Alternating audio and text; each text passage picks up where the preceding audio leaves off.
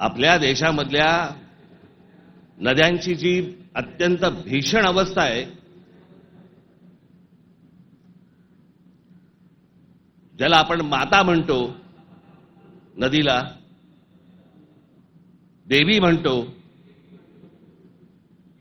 त्या नद्यांकडे आपल्या राज्यकर्त्यांचा आज नाही, आजचे राज्यकर्ते नाहीत, गेल्या अनेक वर्षांपासूनचे, मला आजही आठवते, गंगा साफ करावी असं पहिलं बोलणारी जे कोणी व्यक्ती मला आठवते, मला राजकारणातली, ती म्हणजे स्वर्गीय राजीव गांधी. राजीव गांधी ज्यावेळेला पंतप्रधान झाले त्यावेळेला त्यांनी गंगा साफ करण्याचं काम सुरू केलं. तेव्हापासून अजून गंगा साफ करतायत. त्याच्यानंतर आता 2014ला नरेंद्र मोदीजी पंतप्रधान झाले, त्यांनी तेच सांगितलं, गंगा साफ करणार.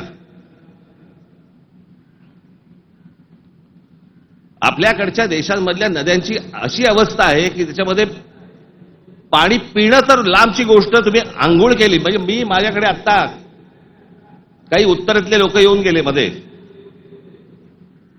आणि त्यांनी मला सांगितलं की कित्येक लाखो लोक तिथे आंघोळ केल्यानंतर आजारी पडलेले आहेत. पडणारच आजारी.